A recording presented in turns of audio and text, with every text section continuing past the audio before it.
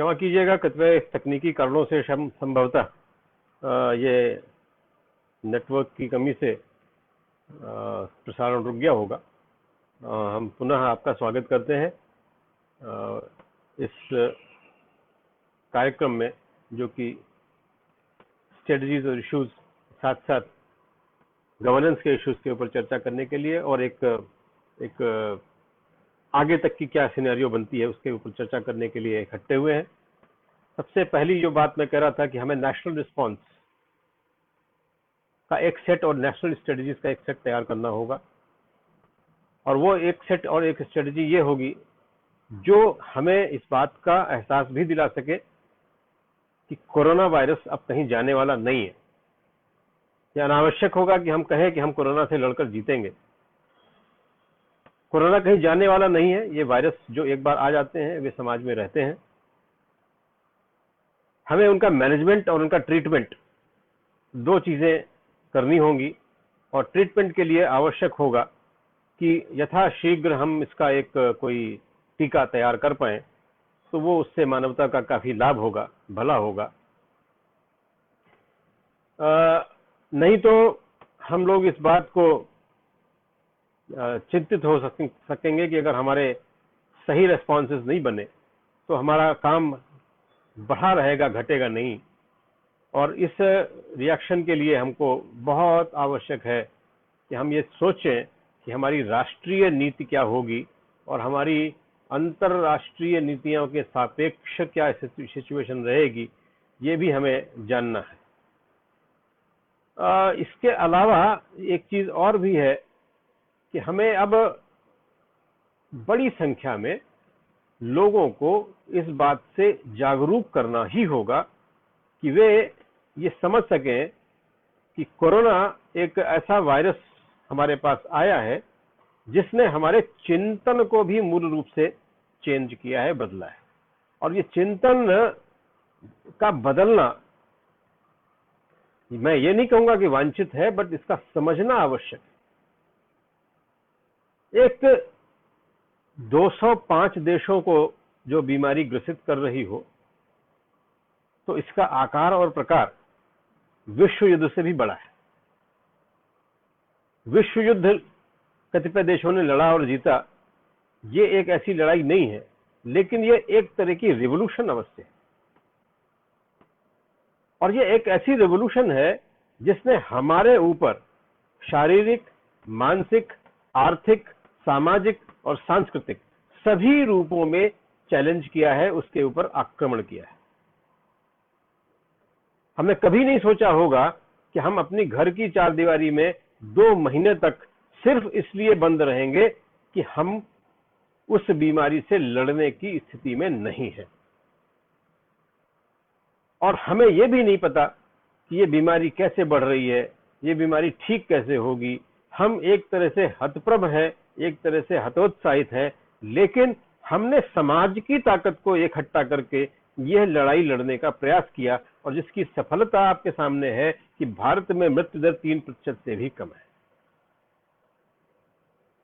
आज की तारीख में हम बहुत जल्दी, मुझे ये कहने में कोई हर्ष नहीं हो रहा है, लेकिन यह तथ्य है कि बहुत जल्दी हम 1 करोड़ की संख्या क्रॉस करने वाले हैं पूरे देश, पूरे विश्व में। और बड़ी संख्या में लोग इससे हताहत भी हुए हैं, जिनकी मृत्यु हुई, और अभी भी बहुत बड़ी संख्या में लोग इससे ग्रसित हैं जो इलाज करवा रहे हैं। अब इससे हमने क्या सीखा? हमने पॉलिसी के पॉइंट ऑफ व्यू से, पर्सपेक्टिव से क्या सीखा, ये बहुत इंपॉर्टेंट है जानना। हमारे सामने अब रणनीति बनाने का टाइम है। अब इस रणनीति को कैसे बनाएंगे? हमारी समस्या, मेरी समस्या एक राजनीति शास्त्र के विद्यार्थी और एक लोक प्रशासन के विद्यार्थी के रूप में हमेशा ये रही है कि हम अपने सारे लेसन्स विकसित विश्व से सीखने का प्रयास करते हैं, और वो मूल्यहीन विकास लाने का प्रयास करते हैं जो भारत में असंभव है, और मैं कहता हूं अवांछित भी है। भारत मूल्यपरक देश है, भारत सांस्कृतिक देश है, भारत की विविधता, वैविध्य अद्भुत है। मैं उसको नेगेटिव नहीं मानता, सकारात्मक रूप में देखा जाए अद्भुत है भारत का वैविध्य। उनका रहन सहन, हमारा भोजन, हमारे वस्त्र, हमारी संस्कृतियां, हमारे सब कुछ अलग अलग है। तो एक आयातित नीति से हम कैसे उस चीज को ठीक कर सकते हैं या नियंत्रित कर सकते हैं? तो भारत को अपनी नीतियां, अपनी स्ट्रेटजीज बनानी ही होंगी। और उस नीति में क्योंकि हमारे पास एक बड़ा जनमानस है, 130 करोड़ इन काउंटिंग पॉपुलेशन के साथ विश्व का केवल एक देश है जो लड़ रहा है, लेकिन वो लोकतंत्र नहीं है और वो वैविध्यपूर्ण भी नहीं। इसलिए हमें ये देखना होगा कि हम इतने बड़े देश में, इतनी विविधता वाले देश में, इतनी बड़ी जनसंख्या के देश में हम इस लड़ाई को किस प्रकार लड़ें। इसलिए मेरा एक सजेशन ये रहेगा कि इस लड़ाई को लड़ने में हमारी तीनों टियर की भूमिका महत्वपूर्ण ही नहीं, अति महत्वपूर्ण है। इसे यदि सक्सेसफुली लड़ा जाना है तो इसे पंचायत और शहरों के स्तर पर लड़ा जाना है। अभी जो हम नीतियां बना रहे हैं वे राष्ट्रीय और राज्य के स्तर की बन रही हैं, लेकिन अल्टीमेटली हमें स्थानीय स्तर पर जाकर ही इसका निदान ढूंढना होगा और उसका सलूशन वहीं मिलेगा। इस वाले डायरेक्शन में यदि आप देखें जो अनलॉकडाउन 1 जिसको हम लोगों ने कहा है 1.0, उसमें विशेष रूप से लिखा गया है कि ये सारी चीजें अपनी जगह हैं, लेकिन अगर लोकल लेवल पर कलेक्टर डिसाइड करता है तो वो अंतिम निर्णय होगा। और इससे भी नीचे बढ़ते हुए हमें इसे पंचायतों तक ले जाना होगा, हमें इसे वार्ड्स तक ले जाना होगा और इन सभी को इस रणनीति का हिस्सा बनाना होगा। ये केवल दर्शक नहीं रह सकते। इतना बड़ा स्ट्रक्चर जो हम लोगों ने डेवलप किया है, पॉलिटिकल एडमिनिस्ट्रेटिव स्ट्रक्चर जो डेवलप किया है, उसकी भूमिका के बगैर हम ये संभव नहीं कर सकते कि किसी भी बड़ी बीमारी को या किसी भी बड़ी आपदा को ऐसे लड़ा जा सके। हम लोगों ने एक पहले पेपर भी लिखा था जिसमें हमने ये बात भी कही थी कि जब हम एनडीआरएफ की बात करते हैं, नेशनल डिजास्टर रिलीफ की बात करते हैं, उन टीमों की बात करते हैं जो राष्ट्रीय स्तर पर बड़ी आपदाओं की संघर्ष पे हमारा साथ देते हैं, हमें स्थानीय स्तर पर भी ऐसी इकाइयां आवश्यक हैं, क्योंकि स्थानीय आपदा छोटी ही सही प्रभाव वही देती है जो कि राष्ट्रीय आपदा बड़े क्षेत्र में देती है। इसी प्रकार जब कोरोना की हम बात करते हैं तो आज की तारीख में मेरे हिसाब से सबसे बड़ा काम हमारे सामने है कि हम उस लोएस्ट लेवल पर, गांव के स्तर पर इस लड़ाई को लड़ने की रणनीति बना लें और उसका वहां पर क्रियान्वयन करना प्रारंभ करें। उदाहरण के लिए हमारी पीएचसीज, हर पीएचसी को किसी भी आपदा के लिए तैयार होना होगा। और मैं मानता हूं कि अगर इन्वेस्टमेंट होना है और अगर इन्वेस्टमेंट करना है और अगर हमारे पास उस तरह की धनराशि उपलब्ध है तो मैं चाहूंगा कि बाकी सब चीजों को छोड़कर पहले इंफ्रास्ट्रक्चर ऑफ हेल्थ को वर्ल्ड क्लास बनाना होगा। हम बड़ी जनसंख्या है, हमारी एक एक पीएचसी पर उतने लोगों को चिकित्सा की आवश्यकता है जितने किसी बड़े शहर को किसी बड़े देश को आवश्यकता होगी, और उसे स्थानीय स्तर पर होना ही चाहिए। हम 50,000 60,000 करोड़ रुपए का एक बड़ा कॉर्पस लगाकर जरूरत पड़े तो कॉर्पोरेट सोशल रिस्पॉन्सिबिलिटी से मिले हुए पैसों को लगाकर, जरूरत पड़े तो कॉर्पोरेट से पैसे लेकर, प्राइवेट हैंड से पैसे लेकर अपने गांव के स्तर के सीएचसी और पीएचसी के इंफ्रास्ट्रक्चर को विश्व स्तरीय बनाने के लिए संकल्पित होने चाहिए। भारत के प्रत्येक व्यक्ति का वही अधिकार है अपने स्वास्थ्य पर जो किसी बड़े मेगा सिटी में बैठे हुए सबसे अमीर आदमी को। और इसलिए स्थानीय स्तर पर यह कार्य होना अत्यंत आवश्यक है।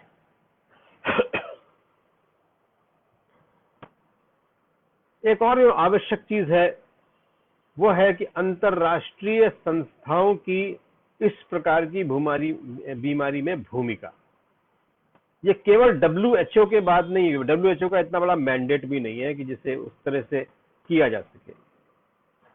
हमने देखा कि ये बीमारी के लेवल्स हैं, बताया गया कि युवाओं में कम होगी, वृद्धों में ज्यादा होगी। तो जो ऑर्गेनाइजेशन वृद्धों के लिए काम कर रहे हैं, जो बच्चों के लिए काम कर रहे हैं, जो युवाओं के लिए काम कर रहे हैं, अंतर्राष्ट्रीय स्तर पर कर रहे हैं, उन सबको एक साथ समाहित होकर इस बीमारी के खिलाफ लड़ना चाहिए और भविष्य में आने वाली ऐसी किसी भी आपदा के खिलाफ तैयार रहना चाहिए। ये आवश्यक रणनीति है। इसी प्रकार भारत के संदर्भ में यह अत्यंत आवश्यक है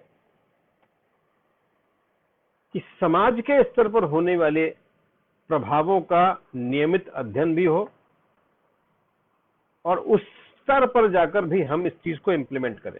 हम एक सामाजिक प्राणी हैं, भारत एक सामाजिक प्राणी देश है, फैमिली ओरिएंटेड है, सोसाइटी ओरिएंटेड है। हम उसके डिविजन्स पर ज्यादा लिखते हैं, उसके यूनिफिकेशंस पर कम लिखते हैं। ज्यादा लेख इस बात पर ले जाते हैं कि भारत का समाज कैसे बटा है, कम लेख इस पर लिखे जाते हैं कि भारत का समाज इन सभी तथाकथित बंटवारों के बावजूद भी कितना गजब का यूनिफाइड है।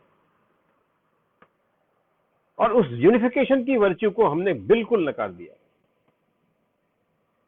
उस वर्च्यू को समाज के अंदर से निकालना है, समाज के उन पहलुओं को, उन पक्षों को, उन संगठनों को सामने लाना है जो इस बंटवारे की राजनीति से ऊपर उठकर समाज के लिए कार्य कर रहे हैं। उनका सहयोग करना होगा। ये एक सोची समझी रणनीति होनी चाहिए, खुलेआम रणनीति होनी चाहिए। हमें इसका कोई अंतर नहीं होना चाहिए कि वो रणनीति, वो संगठन कहाँ काम कर रहा है। उसके लिए हम ये कोई ब्लेम न करते घूमे कि ये हिंदूवादी है, वो इस्लामवादी है, वो फलानावादी है, फलानावादी है। ये बेकार की झगड़े हैं, ये सब राजनीतिक कारणों से बनाए हुए झगड़े हैं। इनका समाज के लिए कोई योगदान नहीं है। आज की तारीख में जब पैंडेमिक फैला हुआ है, आप देख सकते हैं कि किसी भी गुरुद्वारे ने अपने लंगर को बंद नहीं किया और किसी के लिए बंद नहीं किया। हमें ये वर्च्यू चाहिए और ये वर्च्यू को उन तथाकथित कमियों के ऊपर जाकर प्रोजेक्ट करना होगा कि भारत की एकता ज्यादा इंपॉर्टेंट है। भारत के तथाकथित मतभेद जो है वे बड़े सुपरफिशियल हैं। इस पर काम करने की महती आवश्यकता है, ऐसा मुझे लगता है। एक चीज और भी मैंने नजर की इस पूरे पैंडेमिक के फेज में, आपने देखी होगी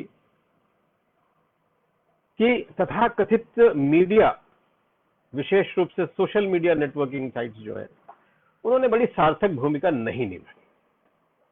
मुझे लगता है कि अब इनके मैच्योर होने का समय आ गया है और अब हमारे भी मैच्योर होने का समय आ गया। सोशल मीडिया को अपने ऊपर रेगुलेशन करने की खुद कोई मैकेनिज्म बना लेनी चाहिए। अगर वो नहीं बनाएगी तो उसे समाज को बनाना पड़ेगा या सरकार को बनाना पड़ेगा। और ये इसलिए कहना आवश्यक है कि जब अनवेरिफाइड फैक्ट्स, जिनको हम कहते हैं अनवेरिफाइड फीचर्स हैं, ऐसी तमाम सारी झूठी सच्ची खबरों को मसाला लगाकर पेश किया जाता है, तो समाज के अंदर विद्वेष बढ़ता है, समाज का मनोबल घटता है। और इन चीजों को हमें प्रश्रय बिल्कुल भी नहीं देना चाहिए। लेकिन हम इंडिविजुअल्स पर छोड़ने की जगह पर ये बात समझते हैं कि यदि या तो सोशल मीडिया को अपना रेगुलेटरी अथॉरिटी स्वयं बना लेना चाहिए, जिस प्रकार प्रेस काउंसिल की तरह, और अन्यथा की अवस्था में फिर सरकार को भी इस दिशा में सोचना होगा कि वे क्या चीज परोसे, क्या न परोसे। आप जानते हैं चीन में फेसबुक नहीं देखा जा सकता। ये सरकार ने डिसाइड किया है कि ये नहीं देखा जा सकता है। उनकी अपनी सोशल नेटवर्किंग साइट्स हैं जिनकी वो मॉनिटरिंग करते हैं। मैं ये नहीं कहता कि हम उनकी अप्रोच करें, वो डेमोक्रेसी नहीं है, लेकिन हमें जिम्मेदारी का एहसास तो स्वयं ही होना चाहिए कि हम उन लोगों को क्या कहें और क्या न कहें, और जो कह रहे हैं उसका क्या इम्पैक्ट हो सकता है, उस इम्पैक्ट का इवैल्यूएशन भी करना चाहिए, तब जाकर उस कार्य को आगे बढ़ाएं। अन्यथा की अवस्था में मुझे लगता है कि सोशल नेटवर्किंग साइट्स ने ज्यादा नुकसान किया है, फायदा कम किया है। इसके अतिरिक्त जिन मुद्दों पर हम विचार करना चाहेंगे वो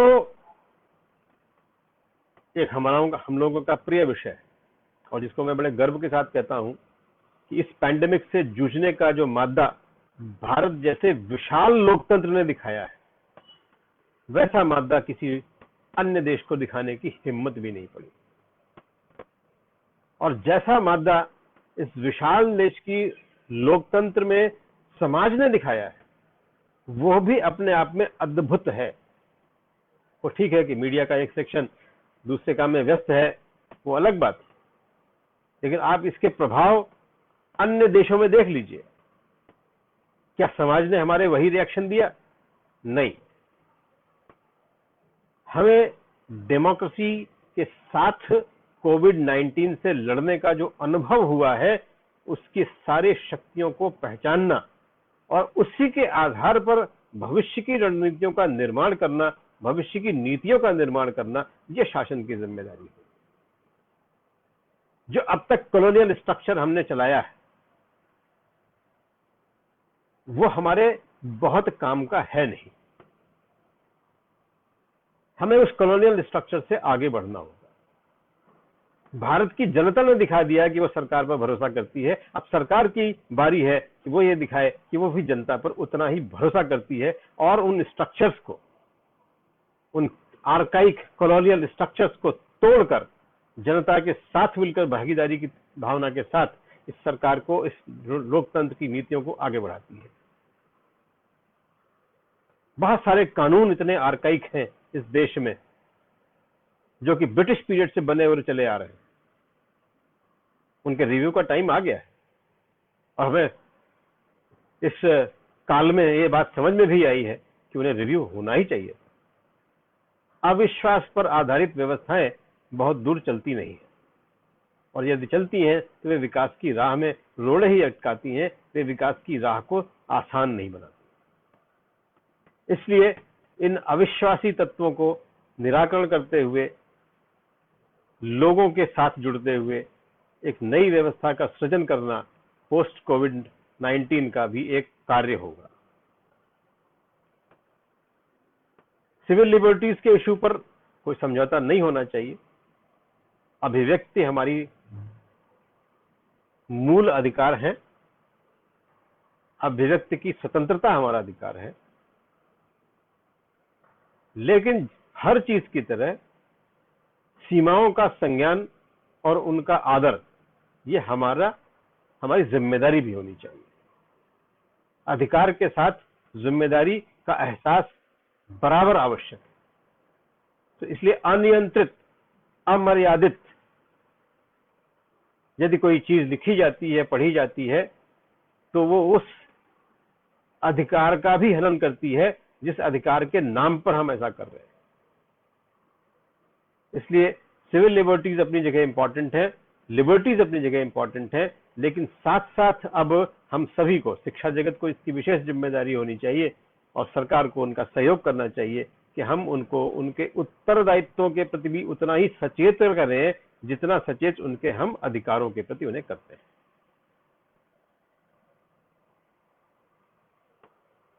कोविड-19 के दौरान, अभी मैं पोस्ट कोविड की बात तो अभी सोच भी नहीं पाता, अभी पोस्ट कोविड जैसा कोई फिनोमिना नहीं होगा, हालांकि बहुत सारे लोग चर्चा में इसको ले आए हैं। हम ये जानते हैं, हम ये समझते हैं कि हमारी नीतियों में वांछित बदलाव जो अभी हुए हैं क्राइसिस के दौरान, वे आगे नियमित रूप जाए, ऐसा प्रयास हम सभी को करना चाहिए। एक बड़ा रिवॉल्यूशन जिसको मैं कह सकता हूं, या बड़ी क्रांति जो इस पीरियड में आई है, वो ये भी आई है कि हमने पहली बार, हम प्रयास बहुत सालों से कर रहे थे, लेकिन पहली बार हमने ये देखा कि दवाओं को लेकर जो हमारा दुराग्रह था पहले, कि केवल और केवल एक ब्रांड ऑफ मेडिसिन जिसे हम एलोपैथिक कहते हैं, उसी के पास ट्रीटमेंट है, बाकी सब व्यर्थ है। आज हम इस स्थिति में अवश्य आ गए हैं कि अगर इम्यूनिटी बढ़ानी है तो एलोपैथिक में इम्यूनिटी बढ़ाने की गुंजाइश कम है, ज्यादा गुंजाइश आयुर्वेद और होम्योपैथिक में है। होम्योपैथिक की क्लेम, और बिल्कुल सही क्लेम, कि उनके पास कुछ इलाज भी है और उनका सफलतापूर्वक प्रयोग किया जा रहा है। आज मैं बाजार गया हूं, मुझे पता है कि आर्सेनिक नाम की दवा जो होम्योपैथिक में अवेलेबल थी, आज की तारीख में वो शॉर्ट सप्लाई में चल रही है। लोगों ने बड़ी मात्रा में उसका उपयोग किया है और सफलतापूर्वक किया है। आयुर्वेद में दिए गए उपाय आज हमारी इम्यून सिस्टम को बढ़ा रहे हैं। और हाँ, और योग और प्राणायाम जिसको प्रोवाइड किया गया है आयुष मंत्रालय द्वारा, वे हमारी इम्यूनिटी को बढ़ा रहे हैं। अर्थात पहली बार शायद समग्रता के साथ हम इस बात को समझने में सफल रहे हैं, या यूं कहें कि समझने का प्रयास किया है कि स्वास्थ्य आपके निरोग रहने को कह सकते हैं, आपके ठीक हो जाने को नहीं कह सकते हैं। बीमारी के बाद ठीक होना एक समस्या है, बीमार न होना एक बड़ी चीज है। और शायद हमने ये पहली बार सीख लिया है कि बीमार न होना बीमारी के इलाज से ज्यादा आवश्यक और वांछित है। ये पूरे विश्व ने धीरे धीरे सीखना होगा। ये शायद इस वक्त का संकल्प होना चाहिए कि हम निरोग रहना प्रारंभ करेंगे, भारत में स्वास्थ्य के इंफ्रास्ट्रक्चर को वैश्विक स्तरीय बनाएंगे और हर व्यक्ति को अंत्योदय, हर व्यक्ति तक वह सुविधा समान रूप से उपलब्ध हो जाए। इस संकल्प के साथ हम अपनी नीतियों का निर्माण करेंगे, तब हम ये कह सकेंगे कि समाज सापेक्ष होते हुए सरकारों को अपनी नीतियों को इस प्रकार उन्मुख करना होगा कि समाज स्वयं जागृत हो और अपने आप को आगे बढ़ाने की व्यवस्थाओं पर चले। समाज सरकारों को ये मौका है, ये अवसर है कि वो अपने ब्रिटिश कालीन सोच को और ब्रिटिश कालीन नीतियों को समाप्त करें, उनका रिव्यू करें और देखें कि इस समृद्ध समाज जिसने किसी भी क्राइसिस में हाथ बढ़ाकर साथ दिया है, उसके साथ बढ़कर वो नीतियां इंप्लीमेंट होनी चाहिए। अब एक राजा प्रजा का जो संबंध है वो समाप्त होने का समय आ गया है, व्यावहारिक रूप से समाप्त होने का समय आ गया है। प्रजा ने दिखा दिया है कि उसकी शक्ति है, लेकिन सार्थक शक्ति है। इसके राजा को भी दिखाना होगा कि उसकी शक्ति है और वो सार्थक प्रजा उन्मुख शक्ति है। ये समय आ गया है। मुझे लगता है कि राजनीति शास्त्र के ये विद्यार्थी इस बात को समझेंगे और समझाने का प्रयास करेंगे कि अब परिवर्तन के लिए माहौल बिल्कुल अनुकूल है। सरकार यदि चाहेगी तो इस समय परिवर्तन सापेक्ष होने में कोई कठिनाई नहीं होगी और इसके लिए शायद आने वाली पीढ़ियां भी उनकी कृतज्ञता ज्ञापित करेंगी। इन्हीं शब्दों के साथ मैं आप सबका पुनः एक बार धन्यवाद देता हूं कि आपने ये अवसर दिया और इस प्रकार के संवाद के साथ मुझे बहुत उत्साह हुआ कि मैं अपनी बात आप तक पहुंचा सका। बहुत बहुत धन्यवाद, बहुत बहुत आभार।